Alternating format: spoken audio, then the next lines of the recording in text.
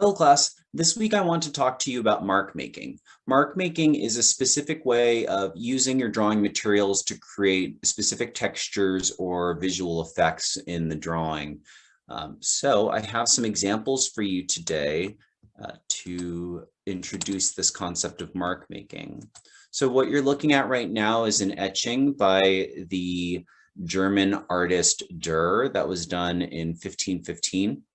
And Dürer did a lot of prints using the process called etching. And so a metal plate is scratched and then the plate is exposed to an acid bath, and then the paper is printed off of the metal plates to create multiples of these prints. And so Dürer created the original drawings for these that are then destroyed in the process to create the printing plate.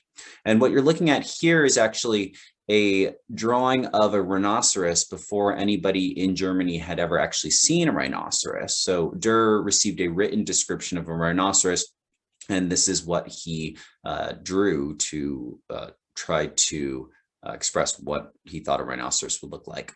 And what I want you to pay attention to is the various marks that are used to shade and give texture to the rhinoceros's form. You can see there are circular marks around at the shoulder, and then there's more cross-hatching that creates a bunch of darkness at the stomach.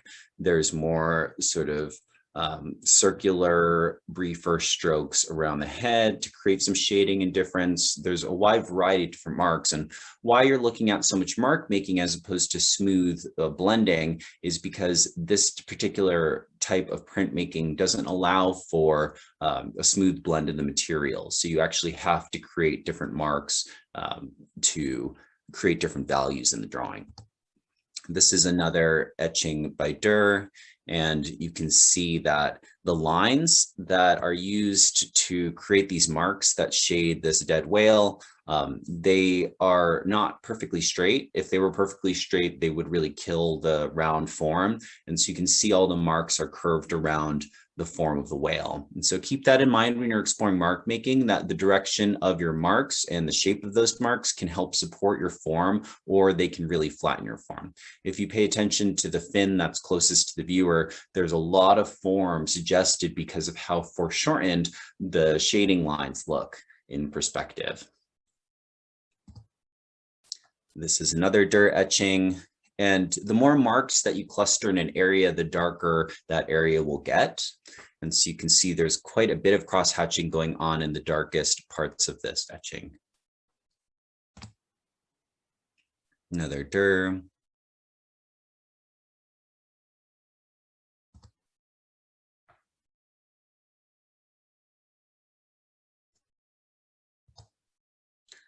This is an example of an abstract use of mark by the artist Gorky.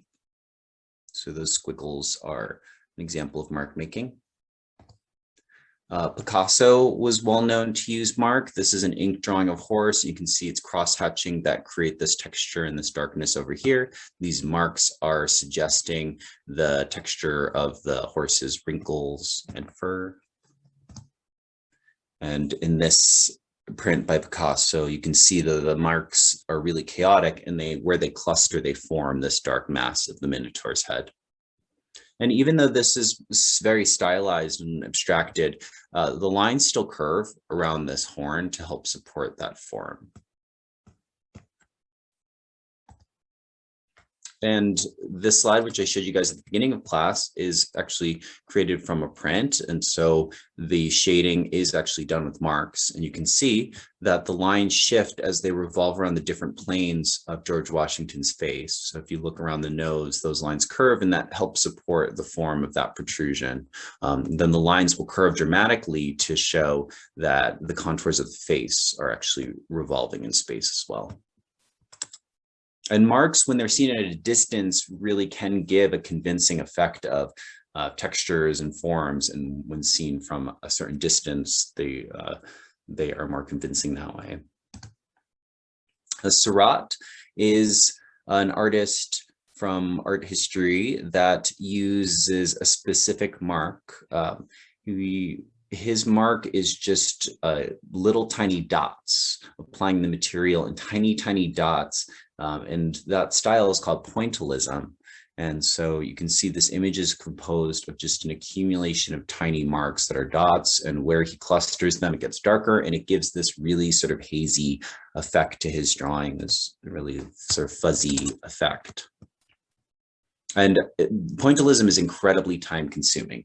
To lay down sort of thousands and thousands of marks carefully, it takes a lot of time. This is another Seurat drawing. And I want you to see with Seurat's work that the way you use marks to create your drawing can really shift how the overall drawing ends up looking and feeling. I wanted to show you some examples of Aboriginal Indigenous art that uses a circular mark.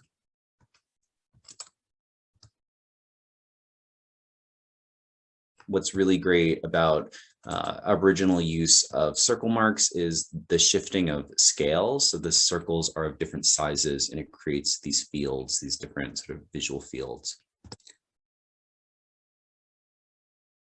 And here's an example of a drawing and different marks from a more Western modern art. And I have some ink drawings by Van Gogh.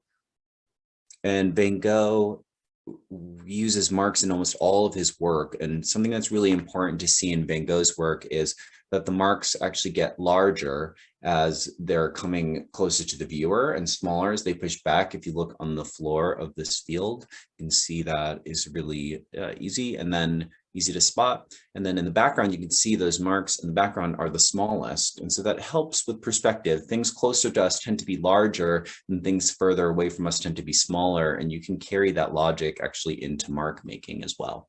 You should carry that logic into mark making. You can see here in this Van Gogh drawing, the directionality of the marks helps supports these vertical slopes over here, as opposed to the more angled marks that help show that it's a flat plane. And I want you to see the variety of marks that can go into a drawing, into the same drawing. In this Van Gogh drawing, you can see that marks are communicating a lot of environment, but there's also marks on the figure and these angle to help support the volumes of the form. You can see around the head, the way that these marks curve, similarly around the tree.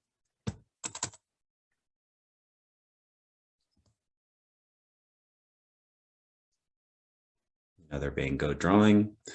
Here, I wanted to point out that there's a variety of line densities. So if you're going to leave visible lines as marks, you really want to consider how thick or thin those lines are. How much pressure do you use? How quickly do you apply it? That will all change what the line looks like and what the marks look like. And a real strength of this drawing is the variety of line densities. You can see how much thicker the lines are on the bed as opposed to near the closet and other areas. And the marks on the floor to get thicker as they get closer to the viewer.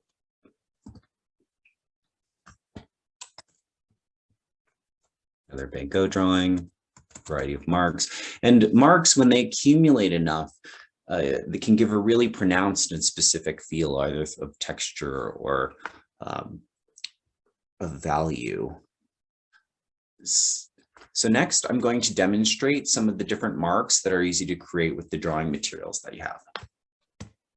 So I want to demonstrate on these crude vase drawings a variety of different ways that you could think about marks or begin to practice creating your own marks. For the Impressionist artists in France, they were all really interested in coming up with a unique mark for their paintings, and the Abstract Expressionists in America were really interested in trying to come up with their own unique mark as well. So the first mark that I want to show you is cross-hatching. And so you can use line to begin to create a feeling of shadow. And what's really important with cross-hatching is to remember to angle your lines to help support your form. Since this is supposed to be a rounded object, I can curve my strokes to help support that rounded form, as opposed to going straight up and down, which would flatten the form. So that's cross-hatching, and the tighter the cross-hatching is, the darker the values will be. Cross-hatching. The second mark I wanted to show you is simply using line. So this is closer to just horizontal strokes.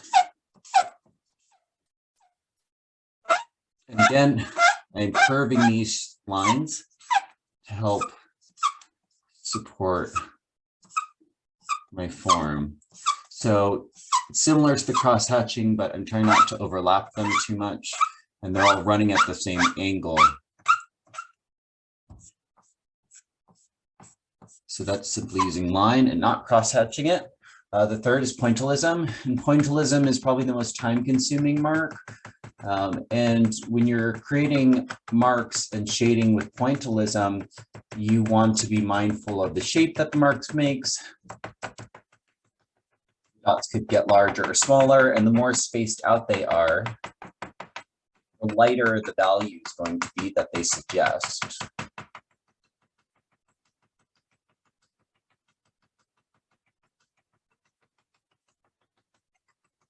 I could sit here all day building up these marks like Seurat, get the right darkness, but I don't have time for that. Pointillism. You could use squiggly lines, like Gorky. Shade, and you can see that because these don't necessarily follow the form too much, this is going to be less volumetric than the cross-hatching and the lines may be as a way to shade. You could also think about drawing shapes. So you can actually, like Dur's rhinoceros, draw circles, and the smaller and more clustered those circles are, the darker the values will be.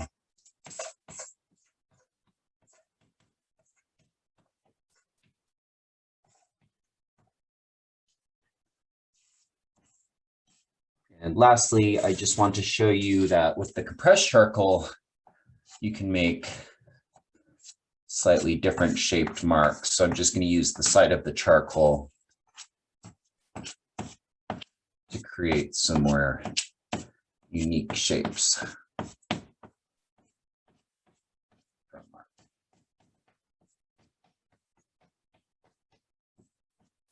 So take a few minutes on shaded newspaper to experiment with some marks of your own, just so you can get familiar with attempting to create different textures and marks. You can even think about layering materials. And marks can even be created using the white Conti on top.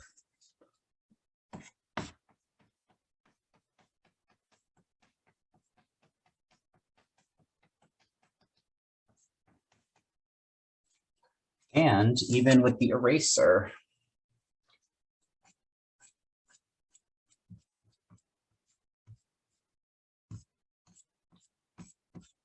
So take a bit of time on a sheet of newspaper to experiment with marks.